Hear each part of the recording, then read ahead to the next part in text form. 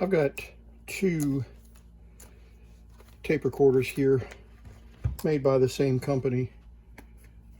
Not sure if Sanyo made them both or what, but they came in different brand names, and they're the Micropack 35 made, okay, Sanyo Electronics Company, and looks like a camera, doesn't it?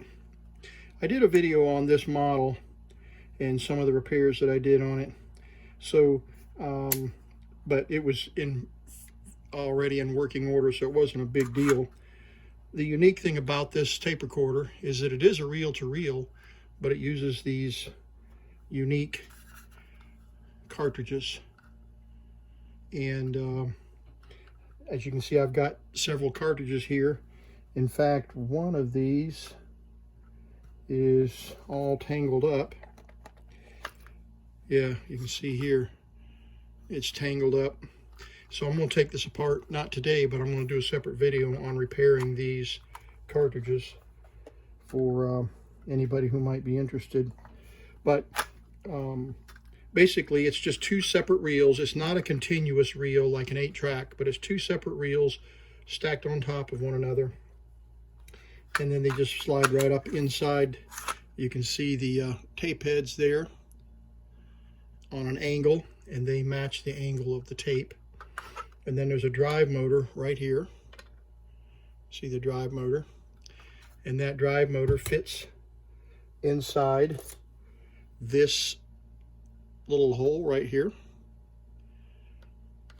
And it slips in between the two reels, and in play it pushes down on one of them and turns the tape, and then in rewind it pushes the other one, pushes the other direction and turns the other side. And then you can flip this over for the other side of the tape.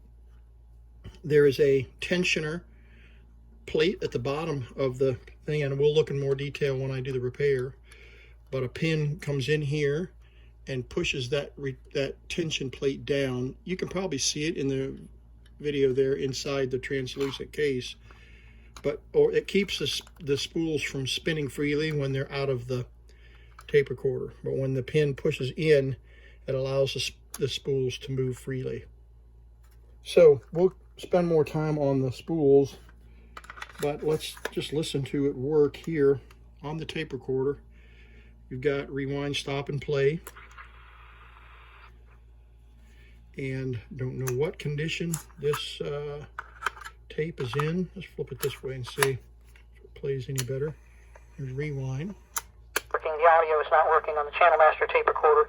I've got a volume control of 7.5 here, and I'm using the microphone that came with the Channel Master tape recorder. And so I did a recording. You record by pulling this up and turning it all the way over to record.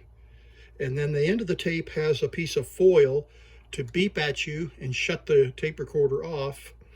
And then in order for you to start it back up the other direction, you have to push this button, and it overrides that shut-off function and lets you get past the foil on the tape. Let's see if I can show you the tape foil.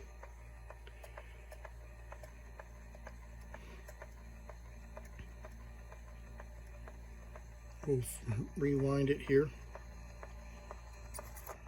Okay, this side has clear. Oh yeah, that's the foil, and that's what's scratching across the heads right now. And I'm in and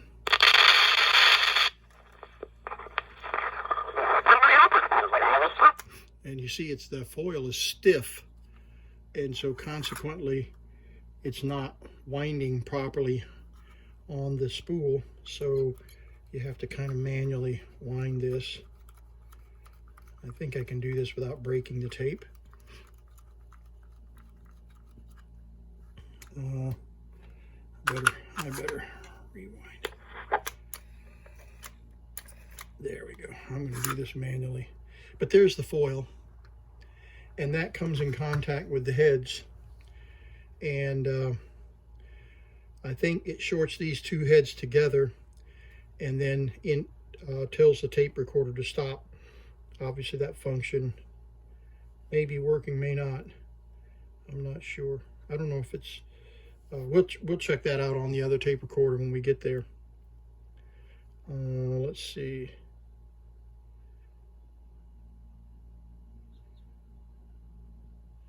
Okay, so I got the Channel Master that I have not had a chance to work on. So we're going to check it out. Let's see, let's find a tape that has some audio. That's the broken one. Need to set that aside. Let's see, this might have some test audio on it. Rewind. It's pretty slow. Nope. And with a better tape, I think we'll be in good shape. All right, that's playing pretty nicely. So let's try that one in the Channel Master. I've got batteries in it. I just put batteries in it. And let's see if it plays. All right, the transport is working, but there's no audio. Got the volume all the way up. And not even a hiss. The meter is working.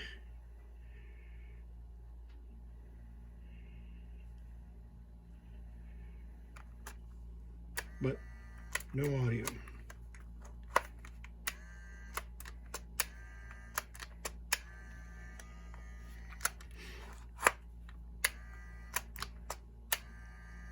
Not rewinding very well either, is it?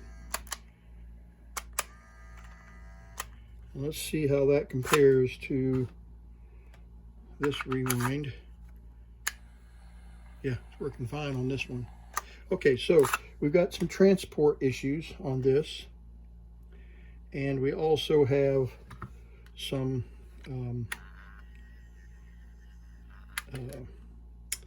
audio problems.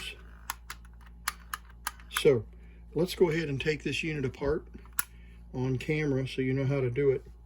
And it's not a big deal, but we'll get lots of photographs so that we don't end up with any problem.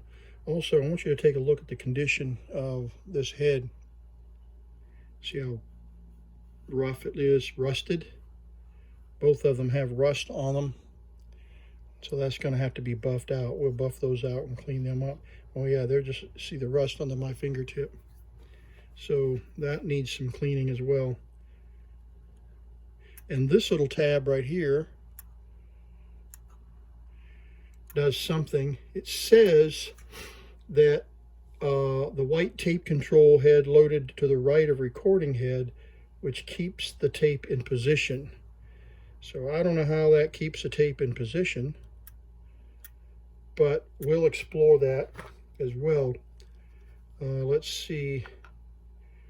Yeah, it must touch this like here and hold that tape up like that.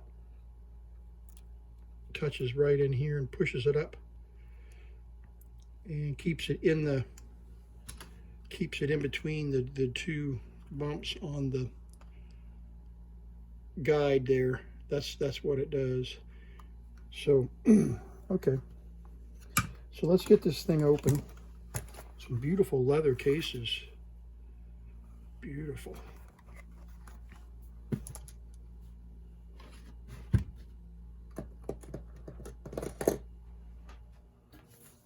Okay, there's a couple of rounded head Phillips head screws right there. And let's get a container to pop all these screws in.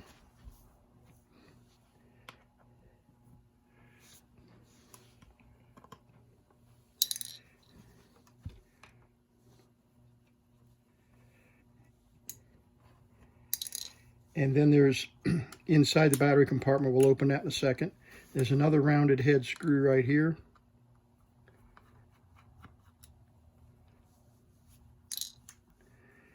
And we'll open the battery compartment.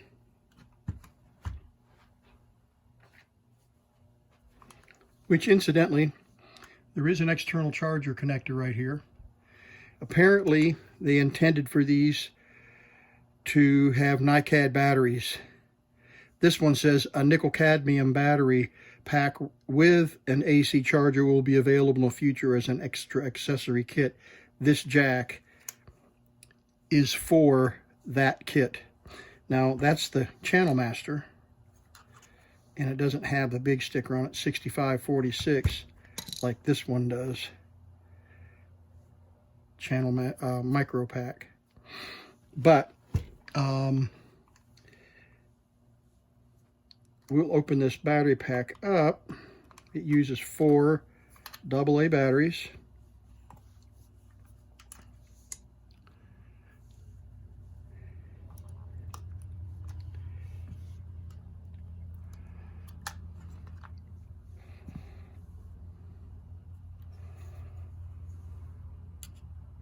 And we'll compare the circuitry of the charging circuit to the one that actually has one in it, apparently.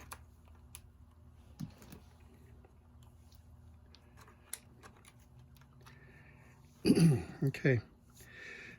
On the battery connector side, there is a flat countersunk slotted screw.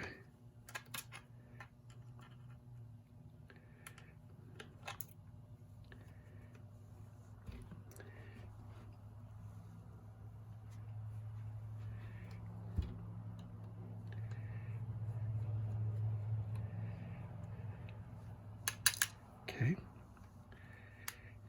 and that's it. So what we do is we're going to just gently lift this top up. Oh, forgot one thing. Actually, 2 things. Getting ahead of myself here. We need to take the knobs off.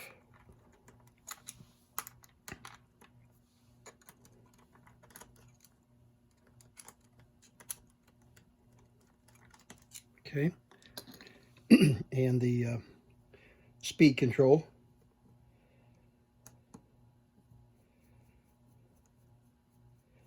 Speed control has a long screw in it, and it has the notch to match the notch on the speed control knob.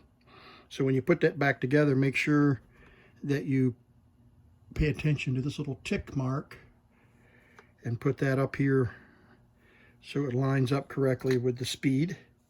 And then there's one more screw right here that allows us to pop the top off. So I'll lift that out. Okay. And that's also a flat machine screw, flathead countersunk. And the hidden screws are the flatheads, and the screws that are exposed are rounded. All right, so now we're just going to gently walk that off, just like that, back and forth until it pops off. And it exposes the meter, the continuation button that allows you to work past that foil. You've got the speed switch here and the volume control. Volume is very stiff on this, so it's probably gummed up. So we'll spray that. And then there's the control switch. And notice there's a piece of foam underneath the control switch right there.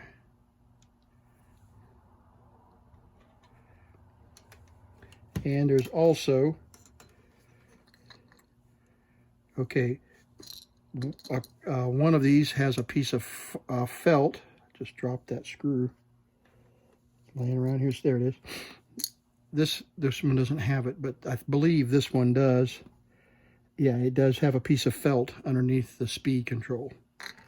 So this one doesn't have one. It probably was taken out. All right, so we're gonna have to be careful with this. I've already broken wire, and this is why it's really important to take photographs of the wiring connections, because you're gonna break wires like this all the time. This is very common. And I'm telling you, if you don't have pictures, you're in serious trouble, because there's no way to just guess where those wires go. So you see my blue wire, I want it to fall apart here in my hands, but I really want you to see this. You see the blue wire on the control switch is broken already. So now that I've got this on video, we've got pictures of everything, but I think it's good to just take your time. It's not a real unheard of trick, but it is a great practice. And Sanyo 66 does this. He takes quite a bit of time to video everything slowly and methodically so that you can figure out where everything goes. You may be surprised. I've gotten out of some serious trouble in times past because I was able to check and see if go back and look at my video and find out where a wire was. See, the more I fiddle with this, the more this other wire is probably going to break. Okay, so let me zoom in just a little bit. Okay, that's a little better. Now, these two halves just fall apart. They just open up, just like that. Oh, look. That speaker, look, get this on camera here. See this?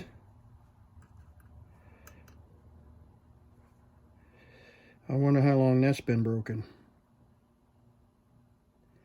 All right, so here's what we're going to do. We're going to get a close-up video of some of this wiring. And I'm going to resolder this and this.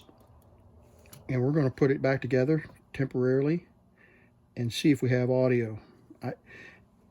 I hesitate to just tear into this and replace capacitors simply because I don't know that it actually needs capacitors. So let's do that. Let's solder this back together, and we'll use the other soldering iron that's up on this side of the bench, and we'll resolder this and this switch, and let's just try to put it back together here the best we can and see if we can get it to play.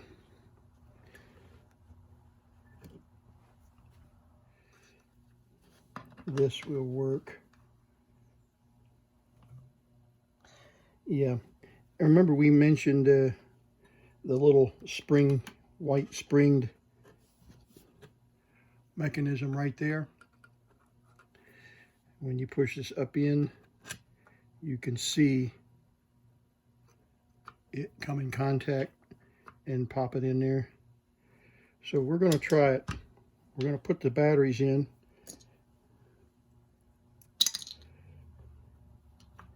Let's put the switch on it temporarily. Okay.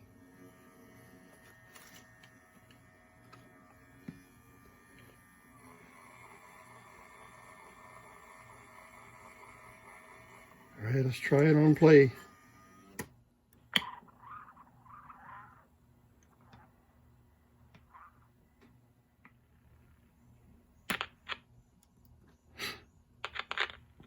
Can't quite get this battery to snap in and hold it, and this bottom one pops out.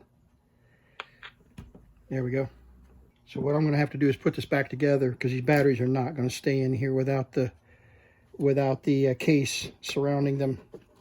They're just too tight. You can see what it's doing to the back of the battery there. It's cutting the positive side and shorting it.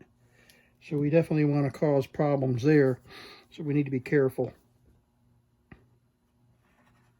So let's pull that out. And let's reassemble it. And okay, this is the retainer that pushes the cartridge, helps lock the cartridge in place. And if you'll notice, there's a little slot right there, that you need to start with. setting that in. And this sets right up on top here. And then we're going to bring this right over the top. Set it right back down.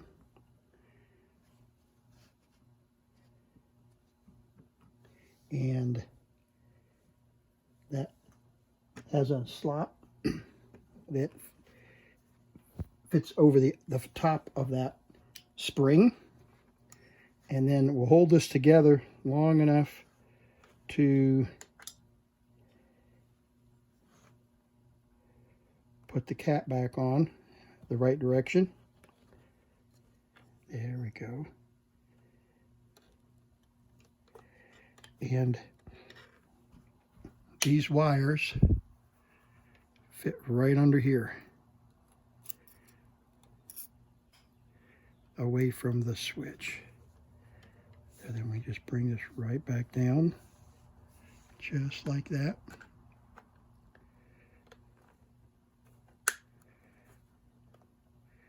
And it fits right down on top, nice and snug. I start with this screw. Remember, it's a flat. And let me find my screwdriver.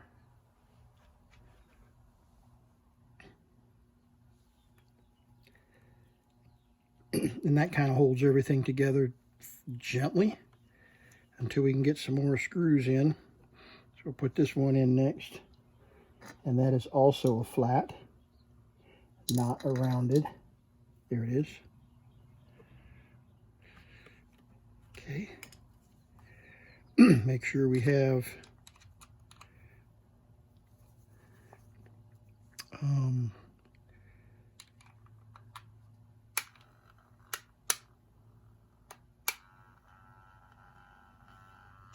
okay, the motor is running. You probably could hear it.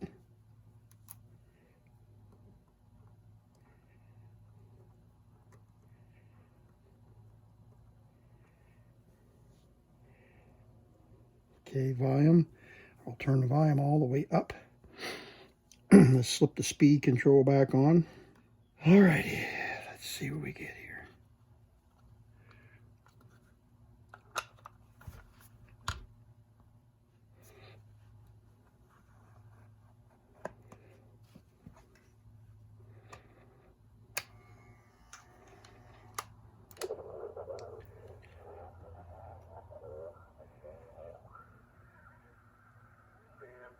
That filters out some of that vibration, but I'm on the diamond studded microphone, and on the Sanyo,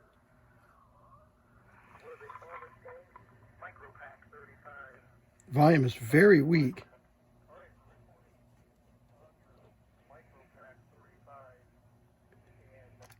Very weak audio. Try one of these other tapes, see if it has a little bit brighter audio.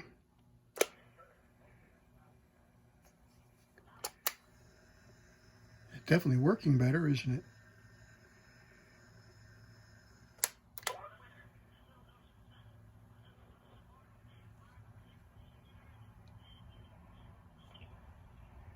Sounds like a TV program in the background. Yeah.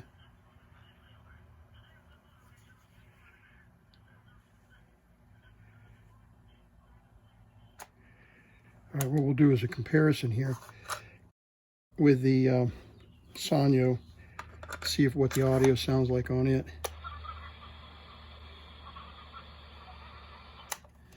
All right. Definitely have louder audio. Well, we tried it now without the... Okay, so that's definitely a good loud tape. So let's try that one in here again.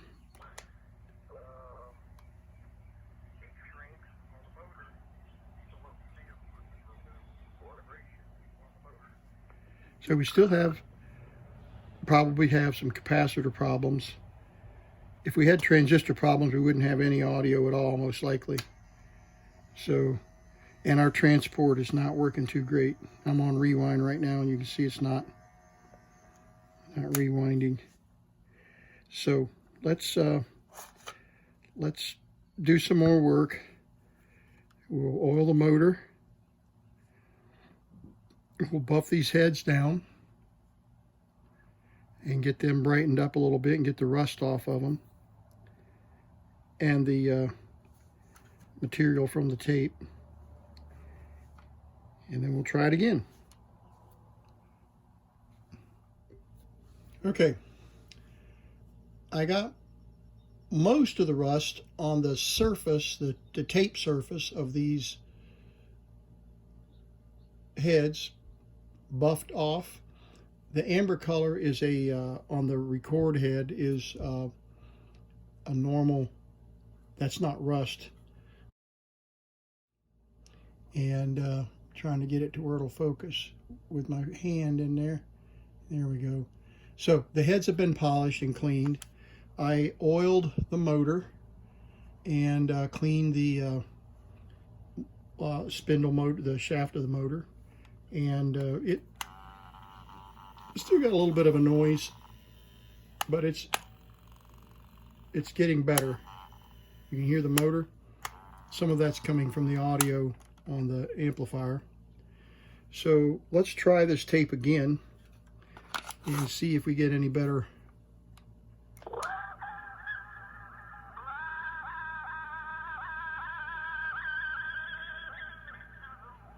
Okay, so the tape rubber tires have notches in them, and they're bumping pretty badly. And you can hear the audio go boop, boop.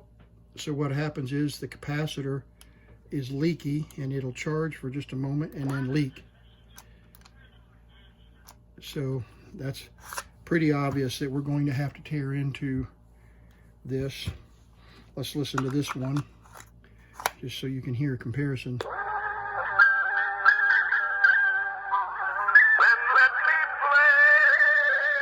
Okay, so clearly the audio is better. The tape transport is not that impressive, but that is more of a function of the tape itself and the worn nature of the tape. Let's get this apart and get the capacitor issue fixed in the audio stages. And I'm not going to replace all the caps, but because it's so fragile to work in the on the circuits. As you can see, the wires break so easily. So we're going to just take it one step at a time and work through and see if we can find which cap is giving us the trouble. I may try to wire up power here so I don't have to fiddle with these batteries as you saw earlier. So I'll probably hook up some power here, and I didn't finish putting the screws in here. So we'll take it apart again and work on getting the amplifier back in working order on the Channel Master.